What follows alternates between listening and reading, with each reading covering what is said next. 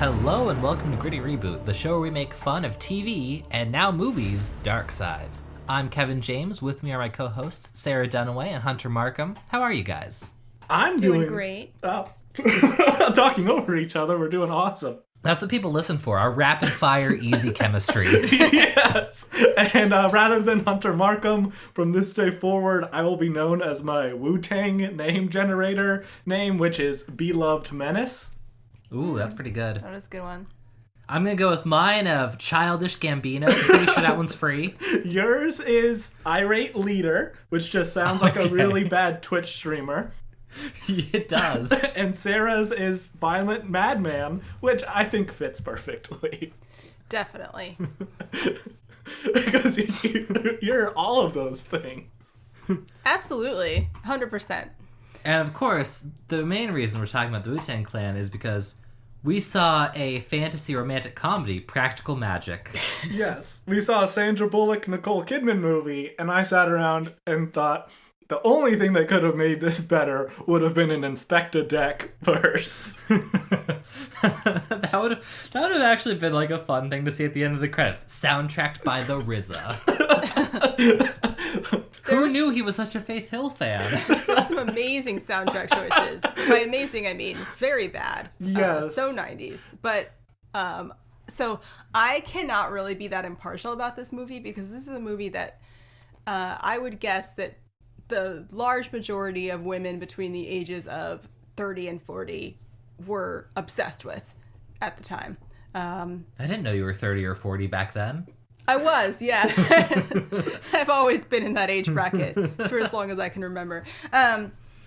Yeah, so this is a weird cult classic, I guess. I think cult classic tends to get assigned to movies that men really like, but I would argue that this is definitely a cult classic. I would like to say for Practical Magic, since it deals with witches, that we should class this as a coven classic. Oh, that's a good point. Yes. And it also brings up the whole feminism aspect. For background on this show, we talk about usually TV shows and make fun of them and dive into what's good and bad about them. We went through a season and a half of Riverdale before we decided to jump ship, and we've decided to tackle a couple of movies while we decide on the next TV show we discuss.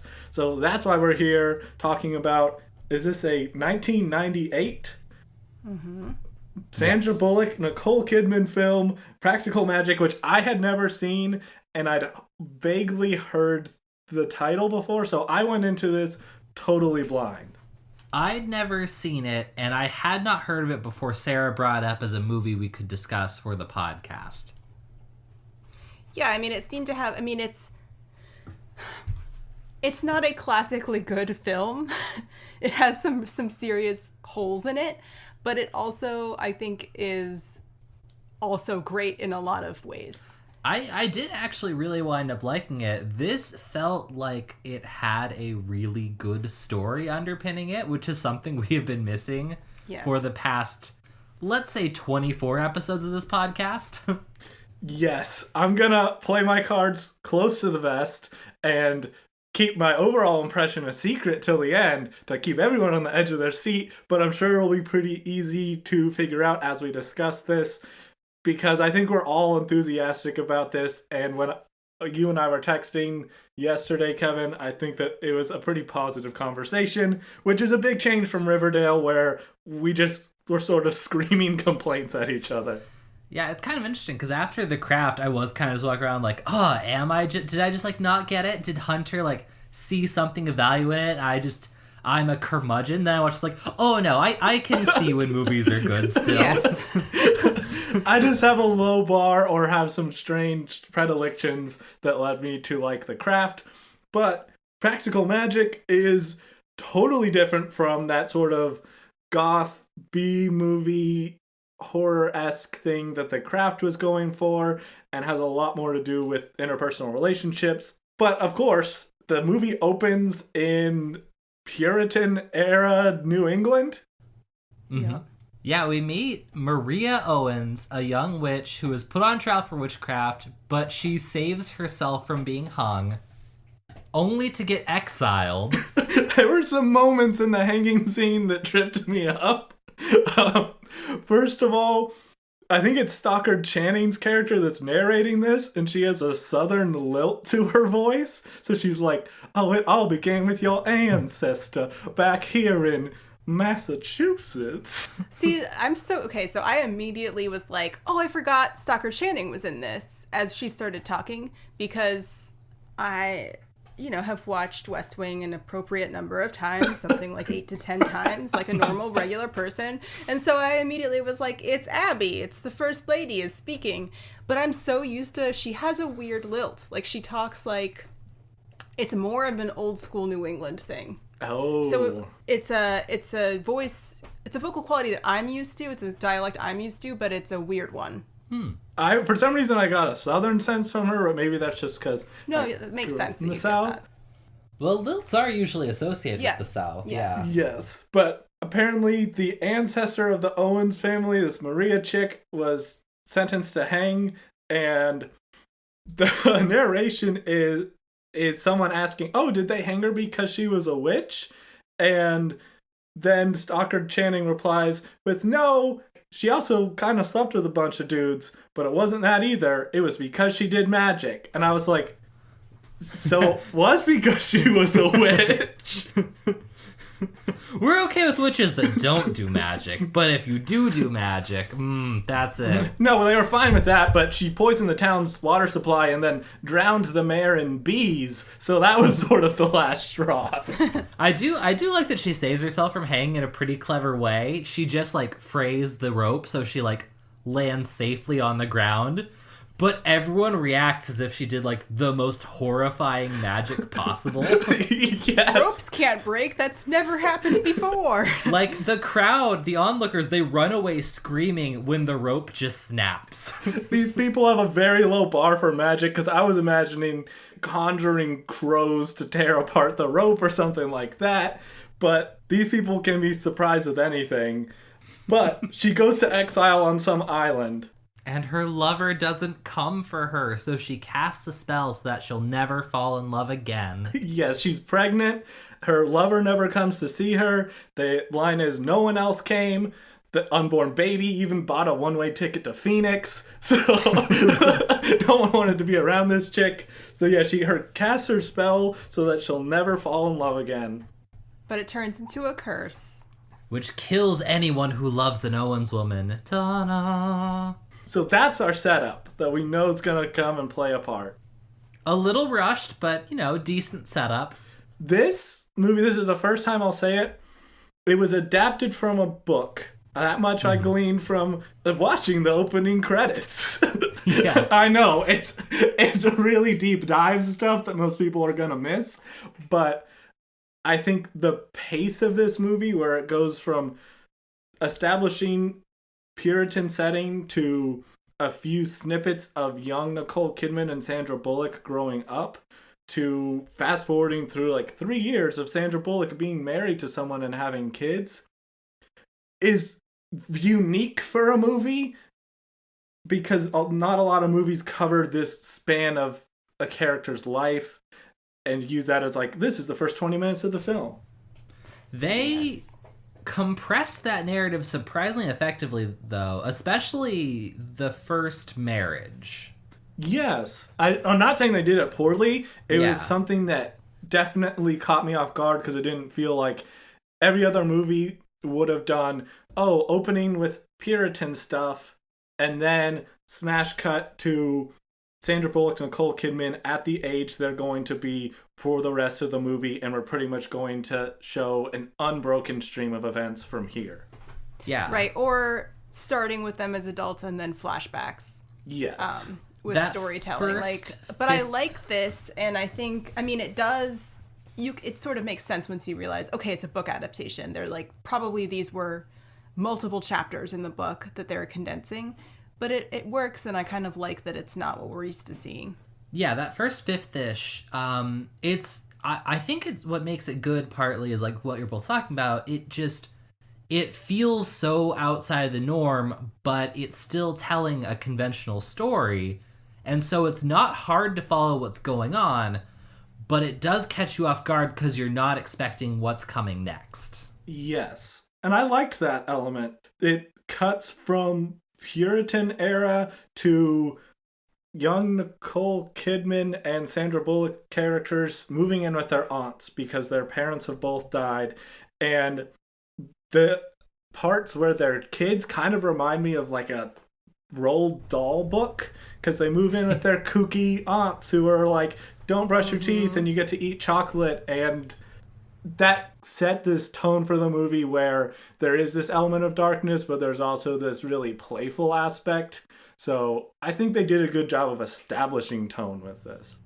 Absolutely. And as a 12-year-old girl, it was just like, that was my dream house. It's in like this gorgeous old house on the edge of a cliff overlooking the ocean.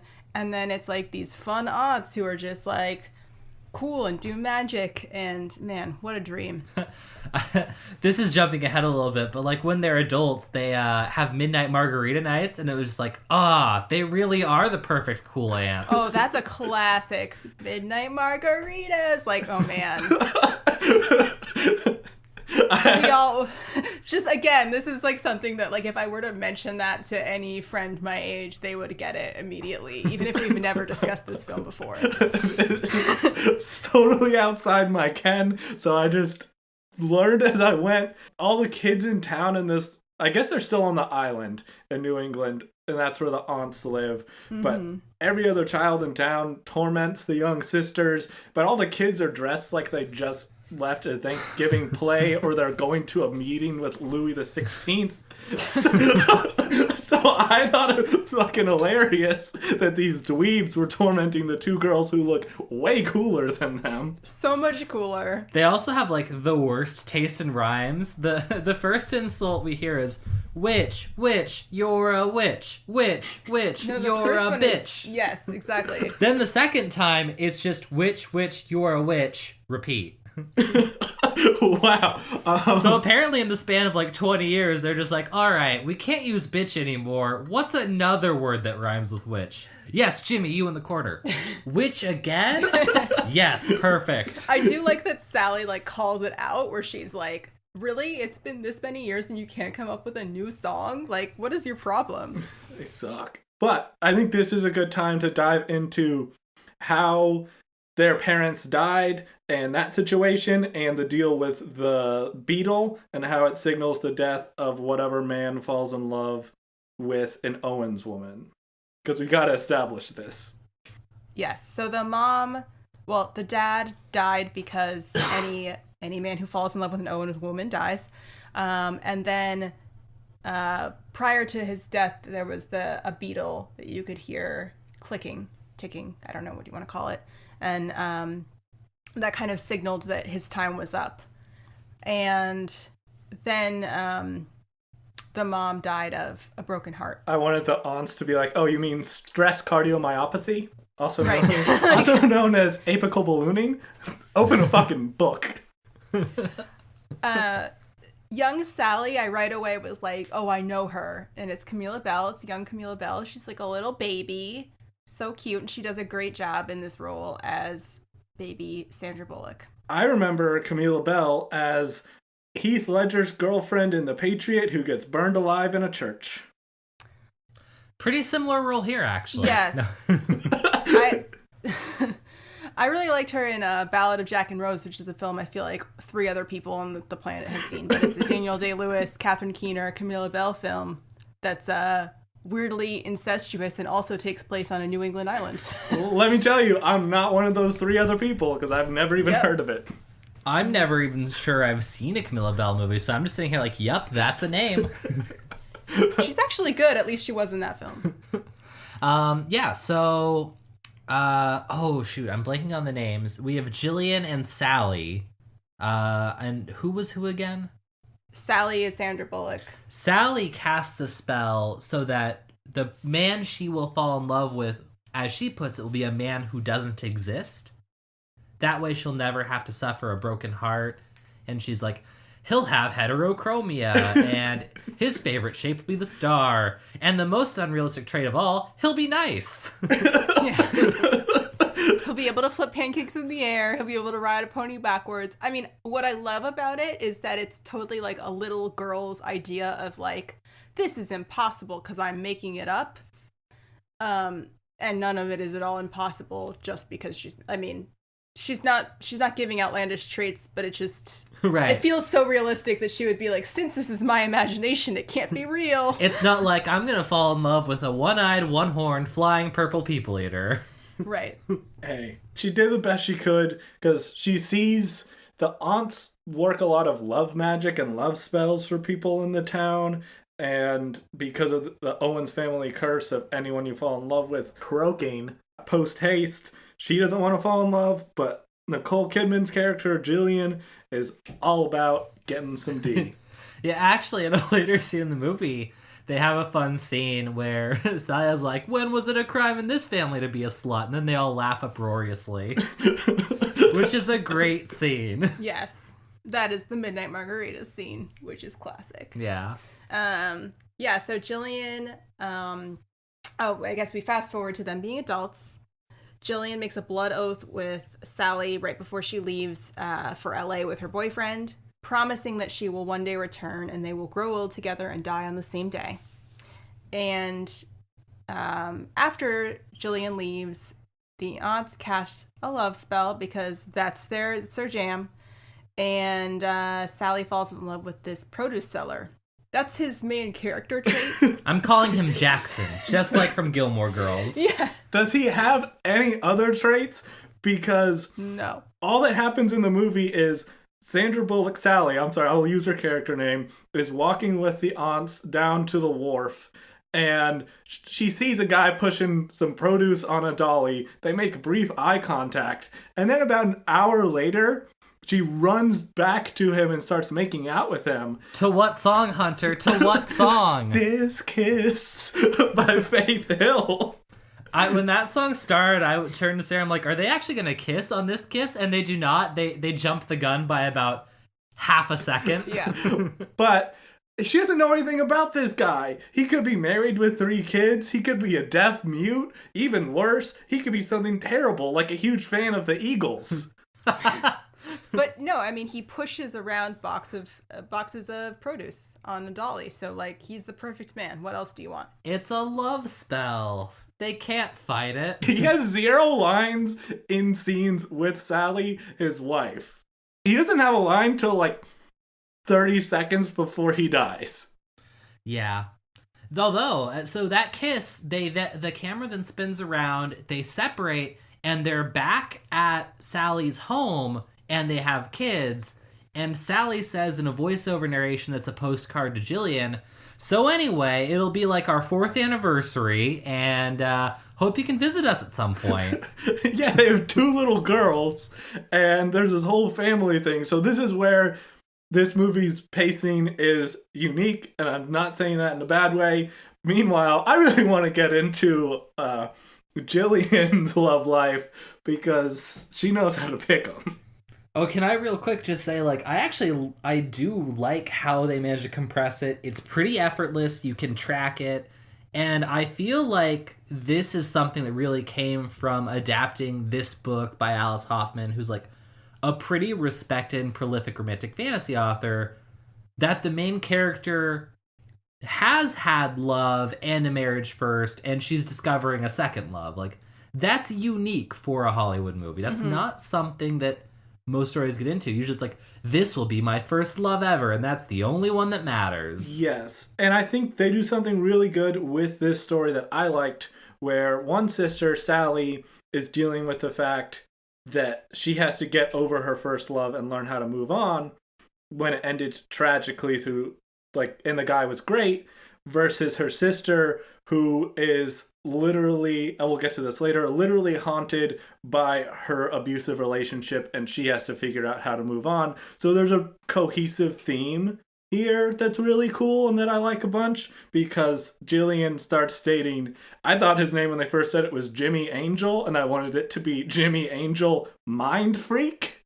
But it's something else I didn't have subtitles on. Angel Love. It's really close. It's really close. I just wanted him to be an illusionist or wear more leather dusters or something. So he's played by Goran Viznik, who plays Luca on ER. Yeah, shout out to Luca. Woo! So because I had rewatched it, and Kevin had just watched it fairly recently. It was fun to see him playing an evil guy because he's a very kind, sympathetic character on ER. And not in this film. On ER, he's like a survivor of like the Yugoslav wars and like the ethnic cleansing in Bosnia. Croatia? Yes. Croatia was part of Yugoslavia. Yes. That's why I'm saying the former Yugoslavia breakup wars. He says he's Croatian. I'm going with what he identifies as because I have respect for him as a person. I'm just saying what wars he was haunted by. Don't mansplain ER to me. Croatia's a place that's on the Adriatic Sea. Its capital is Zagreb. But yeah, so, and here he is like just some vaguely Eastern European menace, like he's Bulgarian. Most villains in the 90s were. Yeah. And I think his first encounter with Jillian is after she does the worst type of white girl dancing at some poolside party. Nicole Kidman cannot dance. She looks like she's dancing to a completely different song than everyone else. It's not the song that they're using as a soundtrack. She's entirely awkward. She's possibly the whitest person I've ever seen on screen. Yeah, that's his first encounter with her is he comes up from behind and blindfolds her. So you know that this is going to be a really nice, supportive, and kind and normal relationship. Yeah. Yeah, she later describes him as a vampire cowboy. Every girl's favorite type. I mean, her line later when she's talking about him with Sally is, sometimes we just stay up all night worshiping each other like bats. And bats are known for worshiping each other. Totally. That's great. But meanwhile, Sally's husband decides to die, which is preceded by this clicking beetle noise. And then he's hauling produce across the street. He has one line where he's like, "Hi guys," as he waves at pedestrians, and then he gets crushed by a truck.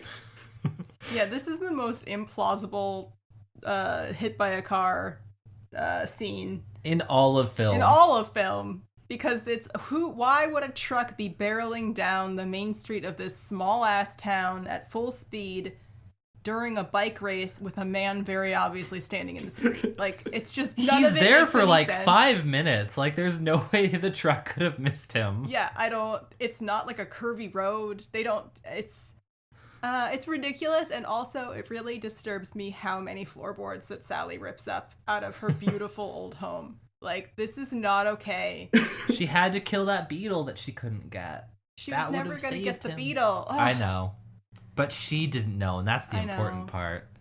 Yeah, this is where I think like one of the movie's biggest weaknesses come in. I think the editing of this movie is kind of atrocious. I didn't have as much of a problem with it as you, but I did think the shot where he gets hit by the truck, they don't show the dude getting crushed, but they show his dolly and fruit flying way up in the air. I thought that was a silly shot. Oh, wait, no, you're right. There was some editing at the end that was pretty bad. I just remembered. Yeah, I think the editing all around is just like very weird, and I'm not sure if they were trying to be experimental or they just didn't know how to convey what they wanted to convey.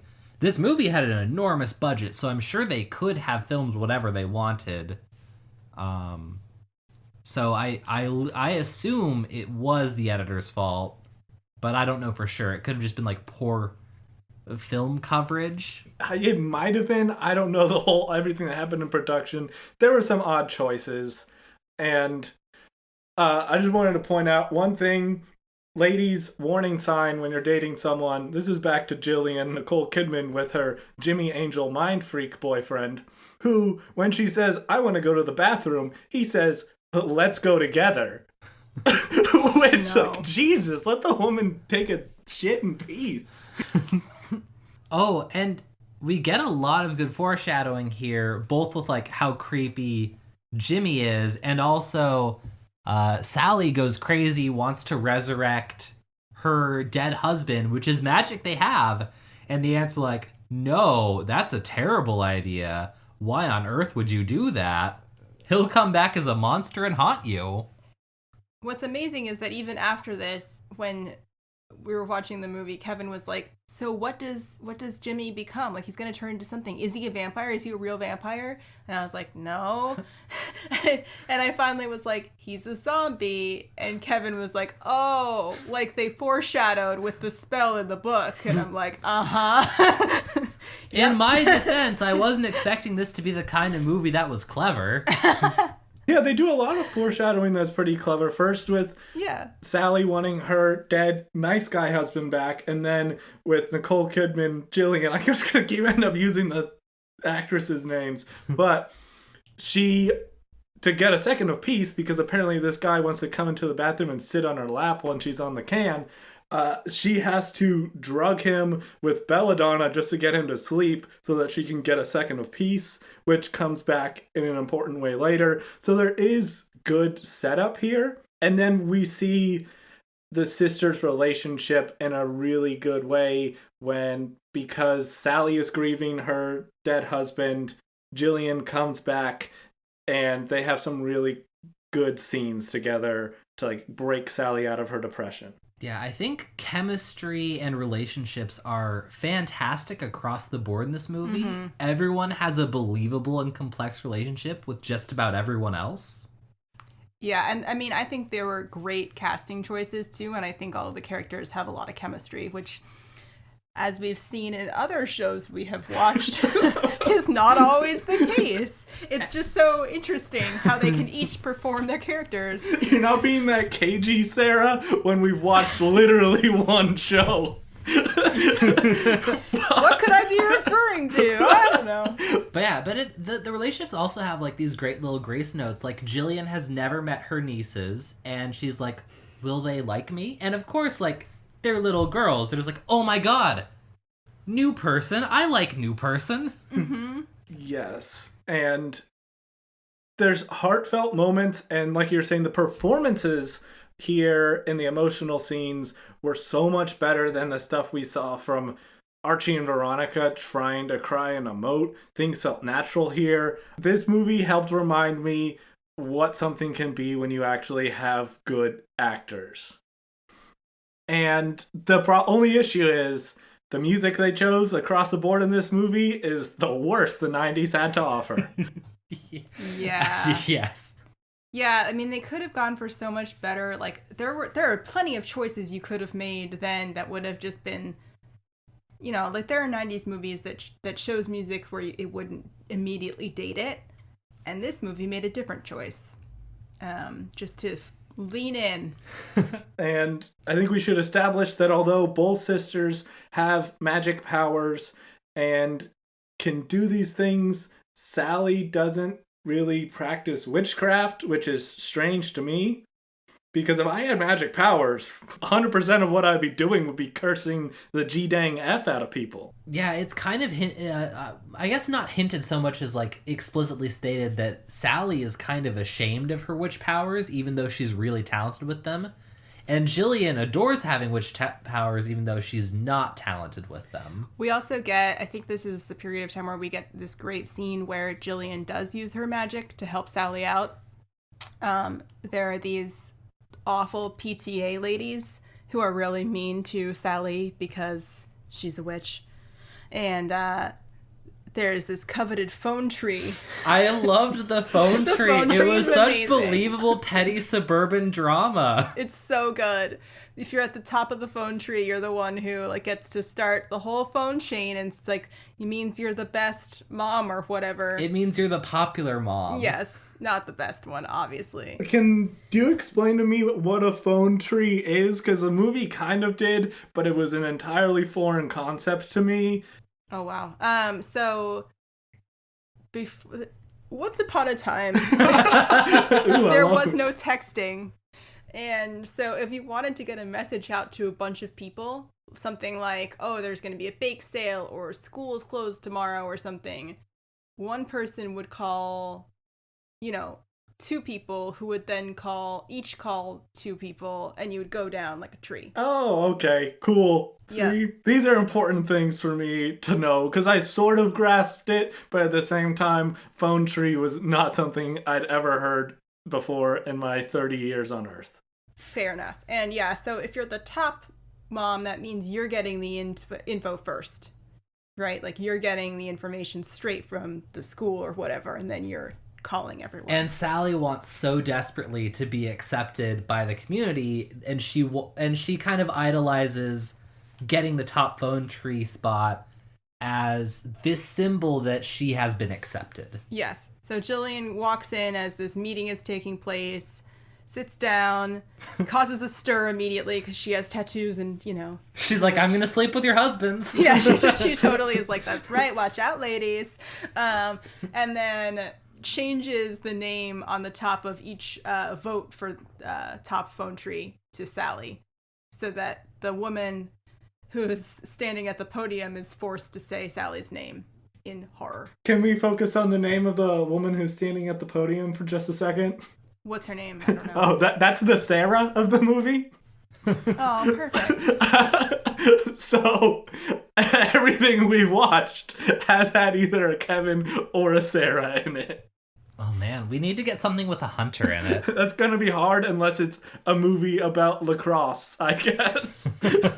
Like, I think I've said this before, where Hunter is this name where it has to be a white character and they have to be kind of douchey, but they're always just gonna be a sidekick to the super douche whose name is Blaine or Chaz or something. Because it's in my experience, this is definitely true in real life as well. Yeah, exactly. It's just not bombastic enough of a white boy name to be top villain billing, so you just have a character shunted off to the side who's a hunter. If we run across one, I will be pleased as punch. It is pretty incredible. We keep finding Sarahs in movies. That's such an uncommon name. It really is, yeah. This one is a Sarah without the H, I feel confident in saying, because she's a Rudy Patootie. Full no H energy, absolutely. I think this is the point in the movie where Jillian leaves after Sally breaks out of her depression and goes back to actually running her life and opening up a botanical shop. So things are better. Jillian goes back to being with douchebag Jimmy and then frantically calls Sally and asks her to come help her. Yeah. And Sally flies to, I guess, Arizona or somewhere, and tracks Jillian down at a motel, and I wanted the scene to be she walks in, and Jillian's just struggling with a really difficult jigsaw puzzle. So she's like, no, you're way better at these than me. I can't finish this Sudoku, help! That's not the case. Apparently, I thought she was just like strung out on drugs at first in the scene, but it turns out that Jimmy, the guy who has shown all signs of being a controlling asshole, is also abusive. Yes. Yeah. So she has a huge bruise on her face because he hit her over nothing, as abusive men do. And so they try to make a quick escape, but he figures it out and kidnaps both of them. Kidnaps? Yeah. It's one of those. Yeah. Or carjacks, I guess is the term. Well, it's his car. Kidnaps. Yeah. He holds a gun to their heads and makes Sally drive while he has Jillian in the back seat, and he starts talking about Louis L'Amour and comparing himself to characters in Louis L'Amour books, which I read like 17 of those when I was a kid, and none of them had a hijacking ass douche who branded girls with skull rings, which is apparently Jimmy's MO. You must have been really excited when, after he spouted the nonsense about Louis L'Amour being a foreigner, and just like him, Sally was like, he was from Nebraska, you idiot. Yes, that was really satisfying because I'm like, Louis L'Amour is an American treasure. There's nothing more satisfying than when an asshole character gets politely corrected after like something awful has happened to them. But yeah, so this is where that belladonna drug comes back because Sally... Jimmy is kind of like drinking from, I think it's a tequila bottle. Mm-hmm. His classic tequila, which has a name that comes into play later, but I don't remember it. Yeah, it's like danger or something. No, it's like I don't know. But anyway, he offers some to Sally. She takes it, and rather than drink from it, dumps belladonna in it. And when he drinks it, he overdoses on it and dies. To be clear, Jillian uses magic to, like, tell Sally through the rearview mirror, use the belladonna. But Sally, of course, has never used it before and just dumps it all in because she doesn't know what she's doing. I did like how clever everyone in the movie was. Like, Jimmy is able to anticipate what they're doing, and Jillian is smart enough to call for help when she needs it, and then they're able to communicate with each other while kidnapped and figure out how to get out. Like, everyone is just believable, making what are pretty rational choices for their characters. Yeah, and then Sally does an awesome job where she pretends to get super annoyed at him, which is easy to do because he's an obnoxious asshole, and then, like, swerves the car, and then is like, give me that bottle of tequila, and takes a drink first, you know, passing it off really well that she just has, you know, decided to be like, fuck it, I'm gonna drink. Doesn't he at some point proposition both of them to try and get some sort of threesome deal? And clearly, like, both the women are terrified, so read a sedan, dude. It's something I'm like very into sisters right now. Oh god, yeah, that's the line. Which Jillian later says, spoiler alert. Yeah, which comes back because this movie is so good at foreshadowing. Yeah, because before the belladonna takes effect, he goes fucking berserk and starts trying to choke Jillian to death, and then thankfully passes out, but he is straight up Crooksville. So I was just like, good riddance, this motherfucker deserved to die because he was an asshole. Straight up Crooksville, of course, foreshadowing the later frog who coughs up the name. I've noticed when I edit past podcasts, if there are times where I think about what I'm going to say, then I have these long pauses in them. But if I just let my mouth run like an idiot, which is what I'm doing here, then you get phrases like straight up Crooksville. But it's an uninterrupted and more rhythmic stream of bullshit. I think it's great. That's actually going to be my hip-hop collective, an uninterrupted rhythmic stream of bullshit. Oh, good. We already have our names for that irate leader. Yeah, and so after he dies, they bring him back to their home, and they try to reverse the killing so that they won't have to, like, be investigated or possibly go to jail for murder, even though, like, it was fairly clearly in self-defense. They just don't want that on their conscience. But surprise, he comes back as a monster. He comes back as Borat. Yeah. Does not work out very well. He immediately just is like, you must be my wife. I'm going to kill you. He's like, let's pick up where we left off. I believe I was strangling you. Yeah, he leaps back into action after they perform this ceremony to wake him from the dead. So then they re-kill him. So this guy has the ignominious fate of being murdered twice by these women because he's that much of a dickhead. And they bury him in the front yard and assume that solves everything, except magical roses grow up and cover the house overnight from his grave. And Sally's daughter talks about seeing a man. Sally's daughter, who was played by a very young Evan Rachel Wood, by the way, is a real person. As we've established now. For background, I didn't know who Evan Rachel Wood was. I know Rachel Lee Cook, who was in She's All That. And I'd never seen it. Not to mention the best movie ever made in the 90s. Not another teen movie.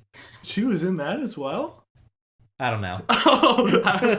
But I thought Rachel Lee Cook was named Evan Rachel Wood, and because I'd never seen Evan Rachel Wood, I just thought they were the same person. And I learned something new. Very different people. Evan Rachel would not recognize her if I ran into her on the street. It's so weird because I feel like I've seen her in so many things. I looked at her credits. I hadn't She's been seen in her stuff. Anything. Lots of stuff. That's wild. Yeah, so she actually does a great job in this role, I think. And she notices that there's a man in the garden under the roses, which no one else can see, but is a good sign that, you know, something's gone wrong here. Yes. Something's gone terribly, terribly wrong. And I think this is where we get your midnight margarita scene, which I think the movie missed out on a real opportunity to use Jimmy Buffett's Margaritaville, but they went a different direction with the soundtrack. Yeah, they did the lime and the coconut song instead, which is interesting because I have never had a margarita with coconut. Neither have I, actually. I have eaten at a Jimmy Buffett's Margaritaville in Jamaica, though, so... Only the height of cuisine for you, Hunter. Dude, there's like nothing else in the Montego Bay airport. I was coming back from a business trip. Well, I think it's a perfect song choice because, again, the scene is iconic. And so then it comes out later, when they've had many tequilas, that something is wrong. Suddenly, Sally realizes that the tequila bottle is the same one that Jimmy always drank. Jillian notices. Someone notices and freaks out. Smashes it. The aunts say they found it on the porch, which is, of course, very ominous. And so at this point, the aunts realize that something is up, and they leave the house with the warning for the sisters, clean up your own mess. Yeah. Which is also great. Which I think little Evan Rachel Wood was like, hey, the aunt said to give you a message. And I wanted it to be something like, you guys are fucking idiots. I always hated you both. You best protect your neck. Which they do with Sally's two little daughters. They take strands from the original hanging rope that their ancestor had snapped in order to free herself and put that around the two little girls' necks because they're like, all right, the two older ones done fucked up, but we're going to make sure the kids aren't going to pay the price. Mm-hmm. So old dirty bastard would be proud. Totally. Yeah. The thing we learned by the end of the movie, jumping ahead a little, is they didn't actually abandon the sisters. They actually had to get supplies in order to make sure that they could perform the proper exorcism spell, I guess. So it seemed like they were just like teaching hard like a tough love message, but really they were waiting to come back and help out as soon as they were able to. Yes. The aunts are pretty badass in this. I don't know the name of the actress who played the one who wears sick mesh fingerless gloves, but Diane Weist, I think. All right, Diane Weist. She's one of them. Stockard Channing's the other. And they're pretty dank depot throughout the movie. But they drove Jimmy's car back to Massachusetts from Arizona. And this detective dude shows up. And Investigator Gary Hallett. I was going with detective dude, but you had to show me up. Well, I have a Wikipedia plot synopsis open right now. I just have my notes where it's just, they didn't dispose of the car? Like, I tried to type that angst sound out. Yeah, so the investigator, who's played by Aidan Quinn, starts to ask Sally a bunch of questions and, obviously is kind of onto them because his car is parked outside. And so they're like, he's like, I feel like you have maybe had something to do with this. Maybe you know where he is since you have his car. And pretty quickly... The sisters are so believably bad at lying to him. Like, they tried and just like... you can tell he's just humoring them and he can see through it. Yeah, Jillian really tries to hit on him as a, way to, she's like, oh, but we were really not good together and, he's definitely an ex-boyfriend now and really tries to lay it on thick, and Aidan Quinn's not having any of it.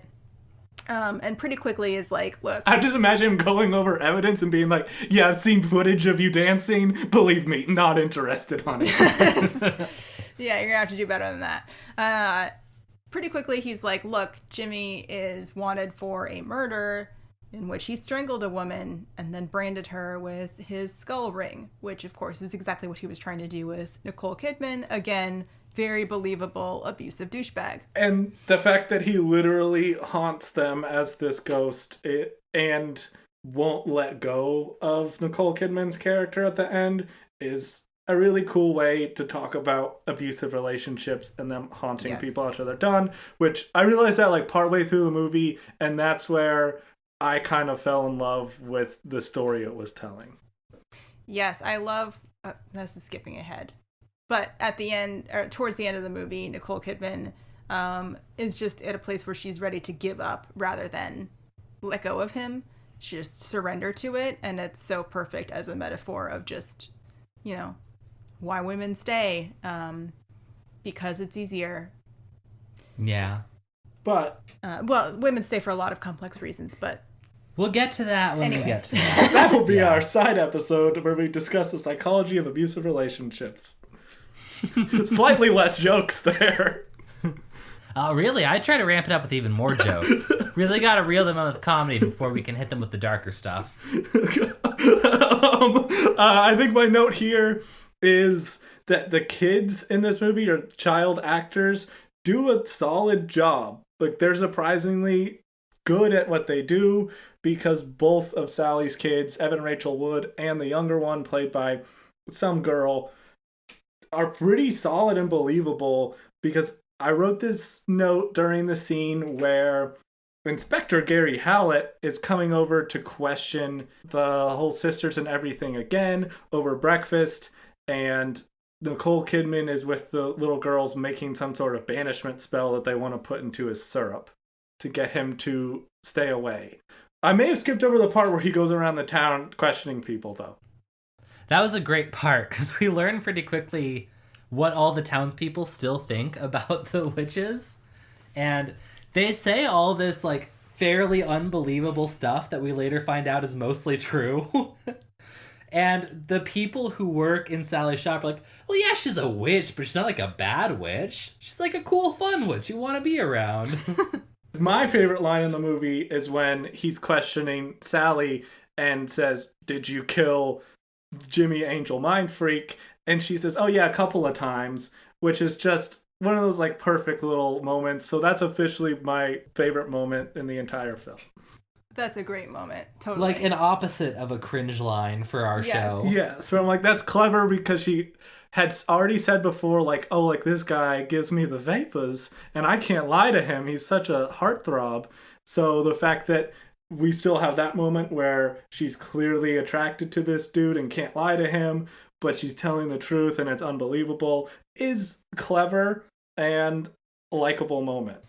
I think we might have skipped over the part where her children find out about the love spell she cast when she was a child, and they actually find the note she wrote listing out the traits that she wants, and that's what makes them realize that they don't want to send Investigator Gary Hallett, which is the only way I can say that name now, away, because they realize that he can flip pancakes. Like, what if this is the guy? They ask him if he can ride a pony backwards, and he's like, yeah, sure. Backwards, forwards, whatever, because riding a pony backwards is really not very different if you know how to do one. I rode horses for a little while. Like, that's not a hard trick. And there's a moment where he and Sally talk about his badge that's a star and how it's a symbol, but that also supports the fact that, like, a star is his favorite shape. So all these things are slowly aligning. However, I was looking at this son of a gun's eyes the whole time, and they were straight up blue, both of them the same ass color. And it's not until some shot later where they zoom in and Sally's like, oh, one's blue, one's green. Where I was like, they just did a special effect in that one shot. The rest of the time, they're both actually, blue. No, they do the special effect a few more times throughout the movie, because I was paying attention at that point. It's only in closer up shots, though. Yeah, so, only in, like, the second half of the movie, too. Yeah. Anything, like, medium or further, they still look blue But anything that's, like, within a foot of him, it's clearly green and blue at that point. Yeah, I mean, Aidan Quinn has, like, famously very, very blue eyes. And you can't... I mean, if they'd gone with someone else whose eyes are a little more ambiguous, then, I mean, they could have pulled it off. But I was wondering, like, what did the contact give him, eye irritation? Like, what was going on that they didn't just, like, have the effect more? I don't think it was a contact, because they even have a shot where, like, it transitions between blue and green as he moves his eyes back and forth. I think they use special effects, and they could have just used a contact lens throughout the movie. And when he comes in at first, he's wearing sunglasses. So if we had maybe like 50% of shots, he's got sunglasses on, and you kind of have to pay attention to see that his eyes are different colors. They could have set up the reveal. It was just a little weird that it didn't seem consistently heterochromatic. This is where we get back to my biggest complaint in the movie. I think this is, at its heart, a good movie let down by poor production. So you're saying like editing, music choices, and some of the special effects let down some of the really good aspects of storytelling and acting and relationships. Yes. Pretty much everything within the frame that was like acted out or like set designed, all perfect. Everything that was added after that is technically outside of the frame, all questionable at best. I can agree with that. For me, we'll get to it later, what I thought was the worst editing and a shot that I really had issues with in the movie.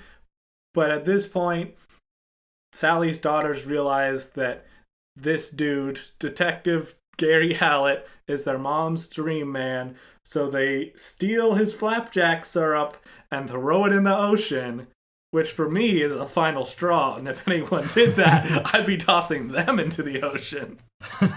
Yeah, I mean, I definitely had this moment of like, are they going to go get more syrup? Like,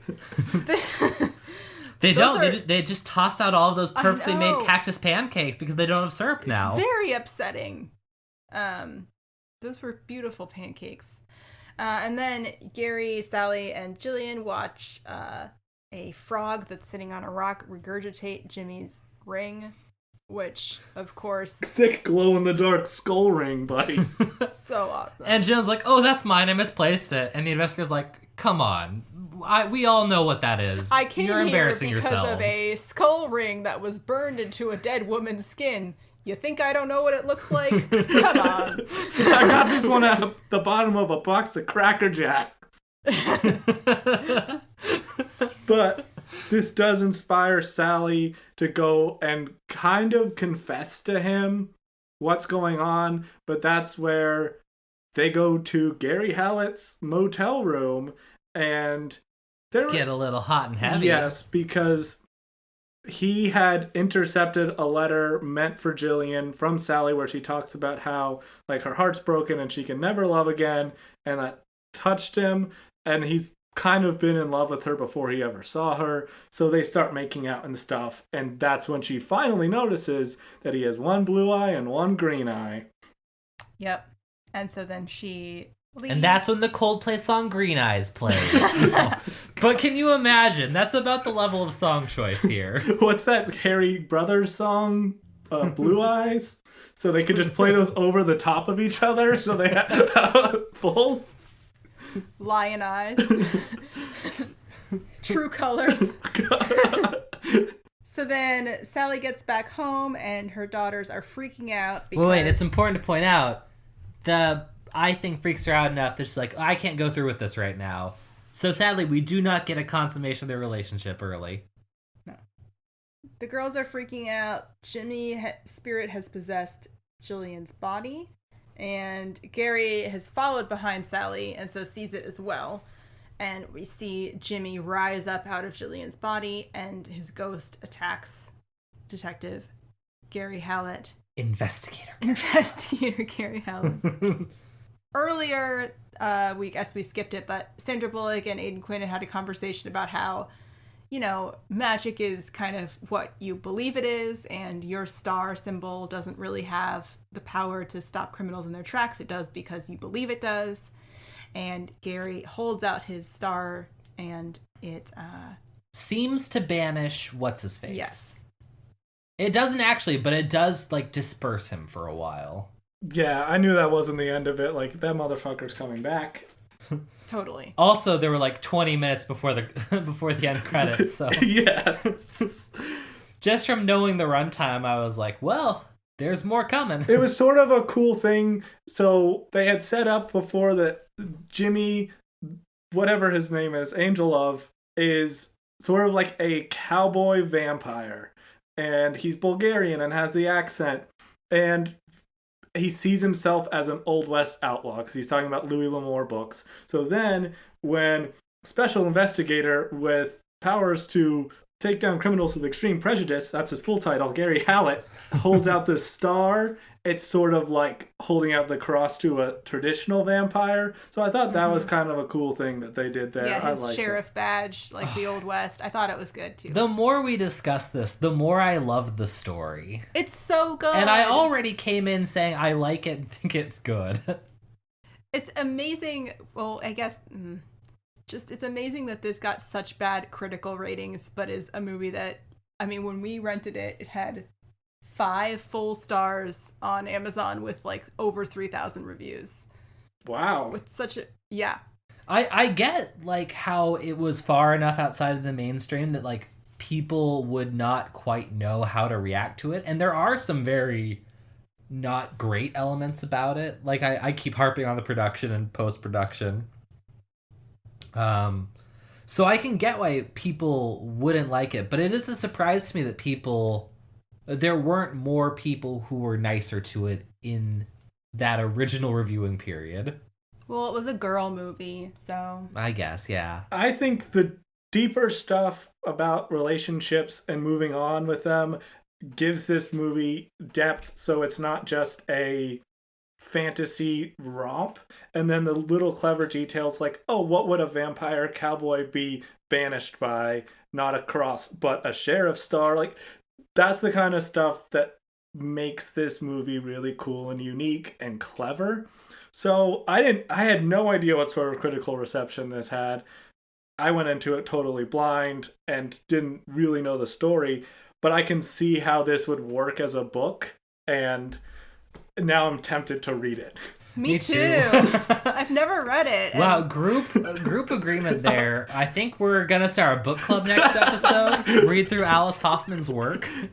But okay, this is where yes, we got off on sort of a feeder road there, but we're back on the highway where we all thought that Jimmy was dead and gone after that little banishment, but no, he's decided to possess Jilly, and now shit's going all sorts of wrong. Right before that, Sally and Gary sort of say goodbye. She tells Gary that he's really only there because of the spell. Their feelings probably aren't real. If he stayed, he would always wonder if she was with him to avoid, the law, and she would always wonder if he was only there because of the spell. Mm-hmm. So they're kind of at a standoff there. But yeah, so Sally comes home and Jillian comes in and says, "I'm feeling very into sisters right now," which was, of course, Jimmy's line earlier. Rita Kitchen. So Sally just knocks her the hell out with a frying pan because she knows what's up. She's like, "I've been here before." Bam. Like, again, I just love how these characters react in such proactive and rational ways that are still, like, so human. Like, oh, fuck, no, not this again.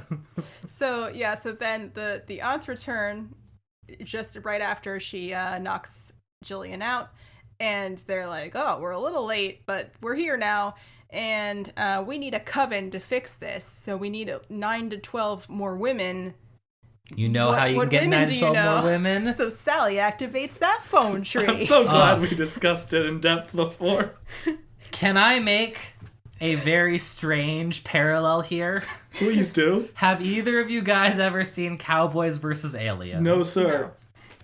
All right, so I thought about Cowboys vs. Aliens and watched this movie just because Cowboys vs. Aliens is not a good movie. It's not even, like, a decent movie, but there's a very satisfying part of the writing of Cowboys vs. Aliens where, like, just everything that's brought up gets brought back into play in the movie, and there's a satisfaction in seeing that kind of clockwork script where everything has a purpose, and I got a sense of that same satisfaction watching this movie and seeing everything come back so effortlessly. Yes, and I mean, Veronica Mars is a show that feels that way too, where it's just like everything is so well planned out that it always comes back. Oh, sure. Make a reference to a good thing to explain it. But I love that quality. I love it when writers like actually make something that, everything is connected and has a purpose. I think it's just there's so much satisfaction in watching it come back. Apologies to our listeners for the small yipping sounds of our sleeping dog. She's woofing in her sleep. I think another example and what I go to for a script where everything matters would be Chinatown, because even the opening scene where Jack Nicholson's character is being established and he's talking to some person you think is just a random client even comes back at the end. Mm-hmm. I mean, it was a screenplay that won an Oscar for Best Screenplay, so it's sort of, to me, the gold standard. I feel so one-upped by everyone. Gold standard of, like, that's a super tight script. Oh, that script is so good. Yeah, that's a great film, and, like, yes, that makes complete sense. Roman Polanski is an awful person, but the fact, like, the stuff that's dealt with in that movie and knowing Roman Polanski somehow makes it more intriguing to watch in a really macabre way. Yeah. That's enough about Chinatown. I'm going to go on a totally different tangent where this coven scene with all the women coming over just goes back to what I've told you before, Kevin, of when I have a bachelor party, I literally just want it to be like me, you, bunch of our buddies, and we go into a cornfield somewhere and do a satanic ritual. Oh, I thought you were going to say you just wanted to be a bunch of women with brooms. But, you know, whatever. Well, that's the surprise for the strip club. Okay, fair enough. But I'm going to have to summon my wife somehow. And a satanic ritual seems like the best way to do it. Fair enough. But yeah, there's as they're getting ready to do the ritual, I really like how it has, I feel like it has like a Harry Potter feel. Where it's like suddenly like the fun magic part where they're getting all the materials. It really is. And like, what you learn is that all of these women, while they've been kind of harassing the Owens throughout the movie, they're all like, but you know, we're always a little curious. We kind of want to know how real this is. And like, I don't know if believable is the right word. Maybe it is. Yeah. Just like this idea, like, yeah, we hated you, we're mean to you, but man, our curiosity's killing us. Yeah. Yeah, it's sort of like a jealousy / you know, like it's a complex feeling that they have where they want to know more and they think it's really interesting, but they are a little afraid. So they get brought into the fold, which is cool. Yeah, because everyone at the end of the day wishes they had magic powers. Everyone wishes that. That's why Harry Potter's such a huge deal, because everyone wants to, when they're 10 years old, be told you're special and you have magic abilities. So this part of the movie is the Owens women being like, all you people who usually hate us, you get to be witches for this instance. Yeah, even the haughty bitch who usually takes top spot in the phone tree is like, I'm sorry I was mean to you, but the inside of your house looks nice. She's like, I've always wanted to see the inside. Again, completely believable. What a great house. Yeah. Yeah, that's where I found out her name, because the line was, well, Sarah, didn't expect to see you here. That's always what people say when I show up places. One of my favorite parts is they got character actress and escaped convict Margot Martindale to play one of the extra women there. And no, she works at the botanical shop. Yes, I know, but I mean like the extra women throughout the film. Yes.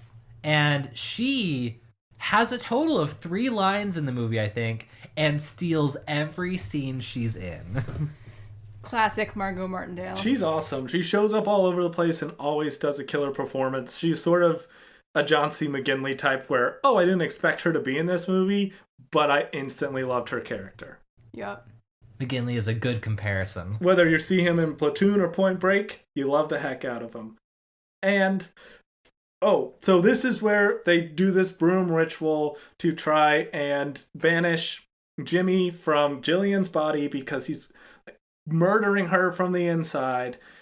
And then they have to switch the script and go over to the Jimmy Buffett School of Magic and use tequila and lime. But yeah, the ritual isn't working, not because it can't work, but because Jillian is just like, this is a lot of trouble. Like, guys, I'm sorry I'm such a bother. You can just leave me alone. I'll deal with this on my own.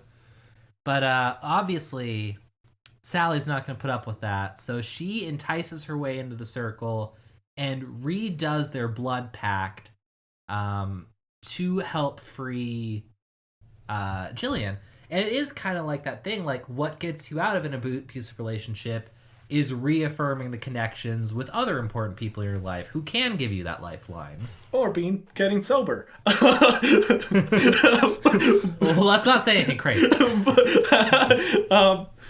This is the worst part of the movie for me. Not the whole intent behind the scene and the setup, which is great, where Nicole Kidman does a really awesome acting job of like seeming like she's giving into this dude.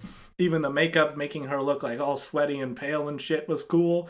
But when they reaffirm their blood pact, there's all these little flashbacks to like their ancestor who's about to be hanged, and Sally and Jillian as kids and all this. And it was too cheesy. And it... Again, editing let them down. That scene could have easily stood on its own. Yes, the performance was there. All the hair, makeup, and shot selection in the scene where the two sisters were lying close and trying to get through this situation together was there. It was just the goofy flashback stuff that took me out of the moment. Oh yeah, it was completely unnecessary. We did not need a reminder that they are sisters and they are witches. That's well established by this point in the film. And that they clearly have a strong bond. That was all there. We didn't need it. One thing I think is like really cool to point out is it feels so rare to have a movie that can juggle two major relationships between characters and make them both believable and strong and feel like they both have the same amount of weight. Like Sally's relationship with her sister and her relationship with investigator Gary Hallett. Like, they both have such weight and importance in different ways and are both so believable in the way, like, a real person would have relationships. And I feel like a lesser story would have let one of these fall by the wayside, either unintentionally or just, like, would not have known how to build them both up successfully. Agreed. Because they do such a good job of balancing the two sisters. And in the beginning of the film, cutting between Jillian's party girl lifestyle where she meets Jimmy and Sally's family building life, where it feels like they're two very different characters, but you actually get to know a sense of who they are. And they maintain that throughout the movie a lot better than I would have expected. And then, of course, the scene ends with the amazing Margot Martindale line because Jimmy explodes into ashes, and Margot Martindale's like, "Let's get cleaning, girls!" And it kills. Sarah and I burst out laughing so hard. They already have their brooms already. It's beautiful. It's so good. How do you steal a whole movie with just, like, one pretty gendered line? It's so silly. Yeah, it's amazing. So Jimmy's gone, and the Owens curse is broken, apparently. Yeah, that's another little rushed thing that could have been fleshed out a bit. There's no more Death Beetle, and like dudes that fall in love with these chicks aren't gonna end up 6 feet under. So Gary sends a letter to Sally saying that apparently he has falsified evidence, which is really cool of him. That's what you do when you love someone. Obviously. So he put the ring in a building that was about to be set on fire, I guess, is the implication, and has ruled the death an accident.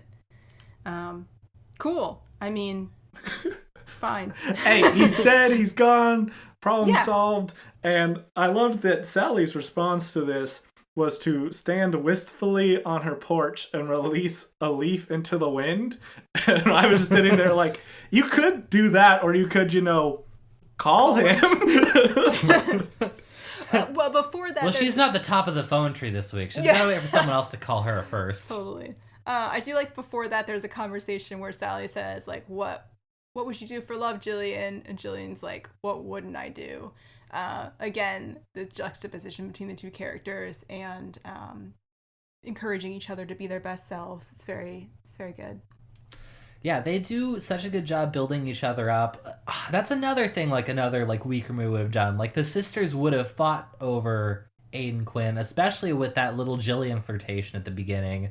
But as soon as it's clear, where the real chemistry is, Jillian just steps aside and is completely supportive, oh yeah, this is all you. I was just flirting to not get arrested. Totally. It's a good relationship because they do have disagreements at certain points in the movie about things like bringing Jimmy back from the dead in the first place and whether or not to tell the aunts the truth about what happened and whether or not to admit to Special Investigator Gary Hallett that they murdered this dude. But there's never a point where it seemed like manufactured or these two are going to have their relationship destroyed by this. It felt like a legitimate sibling squabble. And so the transition back to them gassing each other up and being chill and supportive was good in there and felt not faked. Definitely. And then at the end, Gary Hallett is there at their house and he's with Sally. And they've been accepted by the entire town because people are no longer freaked out by witches. Yeah, they're there to actually watch them fly off their roof because it's Halloween. And they do. And it's honestly a little underwhelming. I thought there was going to be like a little more epic, but it's also believable, like, this is just like, we've got wires or something, you know? I'll recut it so it'll cut from the crowd watching to just the end scene from The Witch, where a bunch of naked ladies are floating up from the ground. Yes. But overall, that's where the movie ends on, and I think the last voiceover line from Sally is something about remember to fall in love whenever you can. So this totally fits the bill of this is a weird movie about witchcraft, but it's definitely a romance love story and about moving on and accepting new people. Yeah, it's got a lot of heart, and I think that's what ultimately pushes it into being such a good film. You can tell how much care and attention was put into everything on the writing side. Yeah, but this film actually was not a critical success, as we discussed. So its budget was $75 million. It only made $68.3 million at the box office. On Rotten Tomatoes, it has a score of 21%. Wolf. But again, I think that's lower than The Craft. 5 stars on Amazon. It's got a high IMDb review. It's one of those where people love this movie. Critics at the time did not. Yeah, I would give this 4.5 out of 5 serial killer branding rings. No, I would give it a really high score. 4 out of 5 points on the star. Aw, that's nice. Yeah. I will say 4.5 out of 5 bottles of tequila. What kind of tequila, though? I don't remember its name. Oh, we should have. If I'd had time to rewatch this movie, I would have actually looked at the name and remembered it. But the danger of us picking things that aren't easily streamable is we've got to spend $4 every time we watch it. Yeah, I totally did that and didn't pirate this. Exactly. We do not condone pirating. It's not a thing we do. We very clearly went through this the legal way. Yeah, I would never do anything like that. I would never, if it was 2006, I would never use LimeWire to download music. Never. Because I respect international copyright laws to the letter. I'm so glad that Disney has advanced them. Great fans of this movie, and just like this felt like a genuinely good thing to watch. I'm so glad, because if you two had not liked it, I would have been sad a little bit. I would have been fine with it, but I also would have been sad. If someone doesn't like this movie, they have a cold heart and they're not capable of love. And they hate love stories. They're not even a romantic person if they don't like this. Like if you don't like this movie, you are Jimmy Angel minded. That's who you are as a person. You're a vampire cowboy. Honestly, I'm tempted to dislike this movie to be a vampire cowboy now. That's pretty awesome. Speaking of vampire cowboys, let's maybe keep it secret for a little bit longer. What we said last week was at the end of this episode, we would choose the next TV series we're going to jump into because we decided to watch a couple movies as a break between massive series. I went ahead and tried 2 different TV series, which I can tell you guys a couple things about so you can see what I put myself through for this. Let's save that for next episode. Ooh, all right. That's actually really good. Yeah. Wait, we're not going to tell people what we're watching next time? Or should we? Nope, we're going to have another break. All right. We're going to dive into that. And next episode, we will announce the show we'll be watching. And I will take the time to bake up something extra special for you guys to make it feel like a more full episode. That's so thoughtful. Until next time, thank you for listening to Gritty Reboot. You can find us wherever you listen to podcasts. Please leave us a review on wherever you're listening because it really helps us grow. Next week, we will be discussing what the next series we will watch will be. And I will have to figure out what the hell I'm cooking up to make it special.